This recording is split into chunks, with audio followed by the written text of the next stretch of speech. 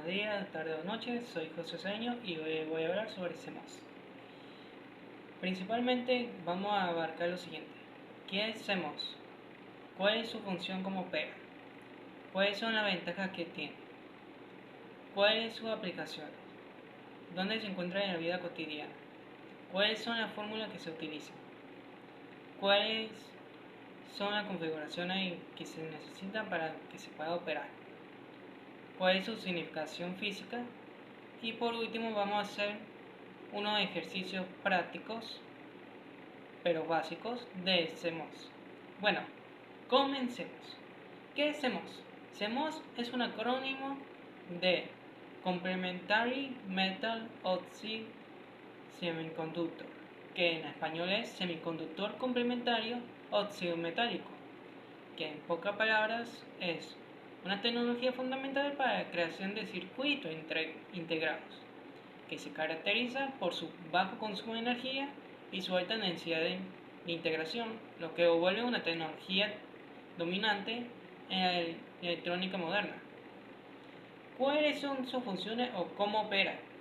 El CMOS opera a partir de transistores MOSFET de tipo P y N, que son esos dos que están allá abajo, los cuales están conectados de forma complementaria. Esta configuración se utiliza para que se permita para que los transistores se estén encendiendo y apagando de forma alterna, lo que minimiza el consumo de energía y la fuga de corriente. Así, diciendo mejor lo que es la función del CMOS, o básicamente qué hace, es que es un transistor P y N donde el transistor P conduce cuando hay una tensión negativa en la puerta de y mientras que el transistor N cuando hay una tensión positiva. Pares complementarios. Los transistores P y N se conectan en pares, lo cual permite que siempre haya uno conduciendo y otro está en corte. Y por último, que como puertas lógicas, con la combinación de estos transistores se construyen puertas lógicas como el AND, el OR y el NOT, lo que se quiere decir que son cualquier circuito digital. Ahora hablemos de sus ventajas. ¿Cuáles son las ventajas que tienen los CMOS? Bueno, ya mencioné algunos, siendo su bajo consumo de energía y su alta densidad de integración. ¿Pero qué quiere decir con eso? Bueno, gracias a que están configurados de forma complementaria, la fuga de corriente es mínima, lo que se traduce en otra ventaja que tiene, que es el bajo ruido que hace. Lo que quiero decir con eso es que como hay bajo, no hay mínimo la fuga de corriente, el ruido que hace el circuito es mínimo. Ahora, ¿qué quiere decir con alta densidad de integración? Bueno, en la creación de circuitos integrados, cuando se hace la creación de circuitos integrados, estos pueden utilizar varios transistores en un área pequeña. Y por último, otra ventaja que tiene los CMOS es su escalabilidad. Lo que quiere decir es que el CMOS se ha ido miniaturizando con el pasar del tiempo, lo que vuelve los circuitos que se hacen más pequeños pero más potentes. Ahora, ¿cuáles son las aplicaciones que tiene? Bueno, las aplicaciones que tiene CMOS son muy variadas, siendo algunas que son microprocesadores, que son el cerebro de las computadoras y los dispositivos electrónicos, como memoria, como el RAM, el ROM y la memoria flash, microcontroladores, siendo pequeñas computadoras que están dentro de algunos dispositivos eléctricos, circuito integrado específico para una aplicación, que como dice el nombre, es un circuito integrado específico para una aplicación. Y por último, la conversión de analógicos digitales y digitales analógicos, lo que quiere decir que convierten las señales de analógico y digitales. Ahora, ¿dónde se encuentran estos en la vida cotidiana? Bueno, con la explicación que hice de las aplicaciones que tiene el CMOS, podemos decir que está en todo lo electrónico que tenemos en nuestras casas. Pero generalizándolo, podemos decir que está en las computadoras, como en las mesas, las laptops, los dispositivos inteligentes, los electrodomésticos como la nevera, el horno, la lavadora, en los dispositivos de audio y video como los televisores, los reproductores de música y las consolas de videojuegos, y los dispositivos médicos como los que mantienen un diagnóstico del paciente, y los dispositivos implantables. Ahora, ¿cuáles son las fórmulas que se utilizan para ese MOS? Bueno, esto depende mucho de la complejidad del circuito que estemos haciendo y del modelo de transistores que se utilicen. Sin embargo, si hablamos de las ecuaciones más básicas que se utilizan, podemos mencionar algunas como las ecuaciones de corriente voltaje entre los transistores MOSFET, la ecuación de transferencia de puertas lógicas y ecuaciones de retardo de propagación. Ahí pueden ver cuáles son las fórmulas específicas o características de cada una de ellas. Ahora hablemos de la configuración del CMOS.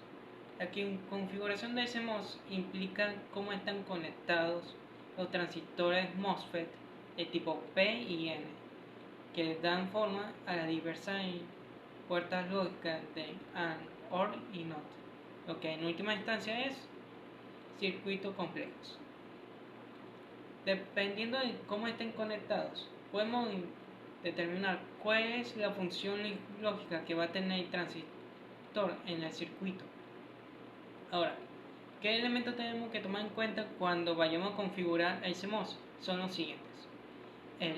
Los tipos de transistores que usualmente se utiliza el MOS, que es el transistor que deja conducir cuando hay tensión negativa en su puerta, el PMOS, y el PMOS, que es el que conduce cuando hay tensión negativa.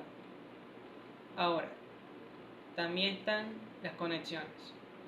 Dependiendo de cómo estén conectados el drenaje, la fuente y la puerta, es cómo va a funcionar, cómo es la lógica del funcionamiento del transistor.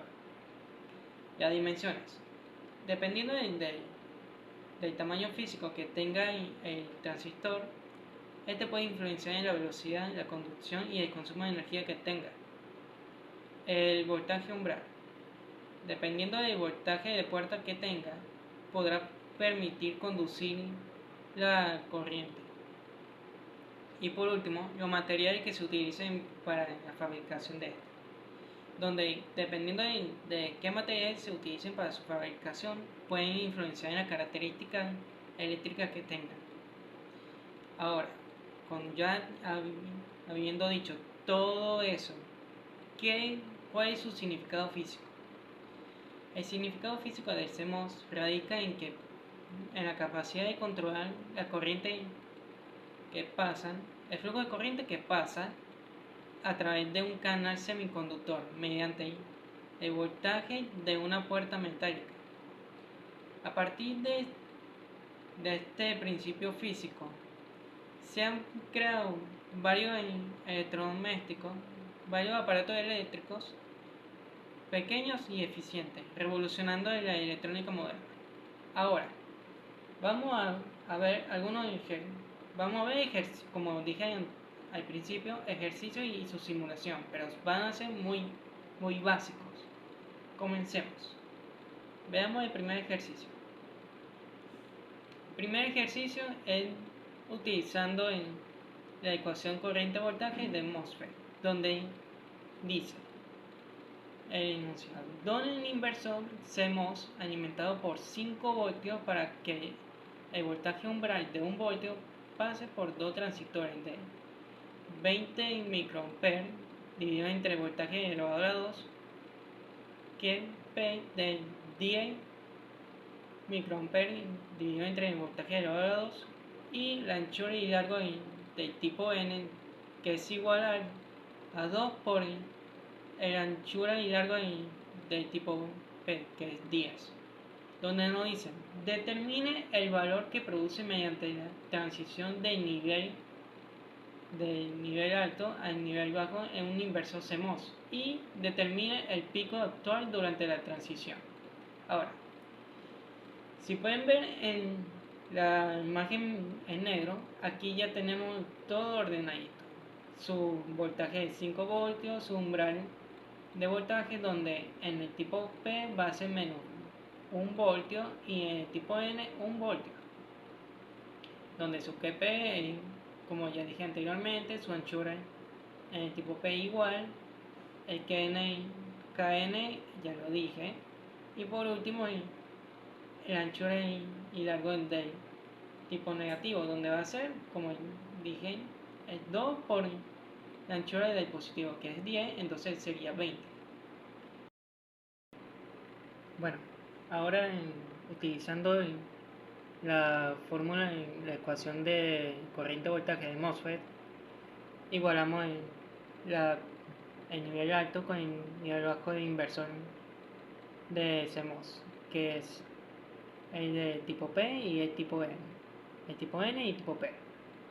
Sustituimos y eliminamos lo que sea igual en la igualación, donde se eliminan los dos que están dividiendo y las unidades de KN y el KP.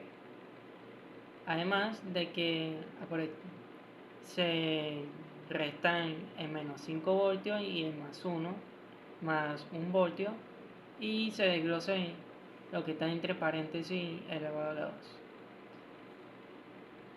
Además de que se multiplican el 20 por 20 y el 10 por 10 del KN y el KP por su respectivo anchura y largo, donde quedaría 400 entre paréntesis BI elevado a la 2 menos 2BI más 1 en B elevado a la 2 igual a 100 BI corchete, mejor dicho, BI menos 4B corchete menos elevado a la 2. Ahora se desglosa en lo que está entre corchete y se hace la distributiva en el que ya se había desglosado, quedando que 400BI elevado a la 2 menos 800BI más 400B elevado a la 2. Y en el otro lado queda 100 corchete BI elevado a la 2 menos 8BI más 16B elevado a la 2. Se hace la distributiva en los corchetes y nos quedarían en la parte izquierda igualito y en la parte derecha 100 BI elevado a la 2 menos 800 BI más 1600B elevado a la 2. Se agrupan lo que son iguales, donde quedaría 400 BI elevado a la 2 menos 100 BI elevado a la 2 igual a menos 800 BI más 1600 B elevado a la 2 menos 400 B elevado a la 2 más 800 BI. Se hacen la suma y la resta y quedarían 300 BI elevado a la 2 igual a 1200 B elevado a la 2. Se conjuga lo que está en el BI y quedaría BI el igual a raíz de 1200 B elevado a la 2 dividido entre 300, que da igual a 2B. Ahora, la segunda parte, que nos decía determina el pico actual durante la transición. Entonces, utilizando nuevamente la ecuación de corriente voltaje de MOSFET, agarramos el más sencillo, que es el de tipo negativo, sustituimos, se divide en el 2 por el 20 quedando 10 y se haría multiplicación y se restaría el 2B menos el 1B quedando 200 microamperes dividido entre el voltaje elevado a la 2 por 1B elevado a la 2, donde se multiplicaría el 1B elevado a la 2 por el la división del B del oro quedando 200 microamperes. Bueno, ahora con el segundo ejercicio, que por lo que yo tengo entendido es más sencillo, pero tenemos que estar pendientes de qué es lo que se está utilizando. Donde aquí se conecta A y se conecta y aquí se hace más BC, donde aquí hay una suma en la parte de arriba y quedaría negado, como se muestra aquí. Después, como se muestra en la primera parte, y después abajo se niega B aquí y se conecta con A, donde se multiplicaría y quedaría negado, como en la segunda parte. Y por último, todo eso se suma en la parte final, quedando como se muestra en la imagen.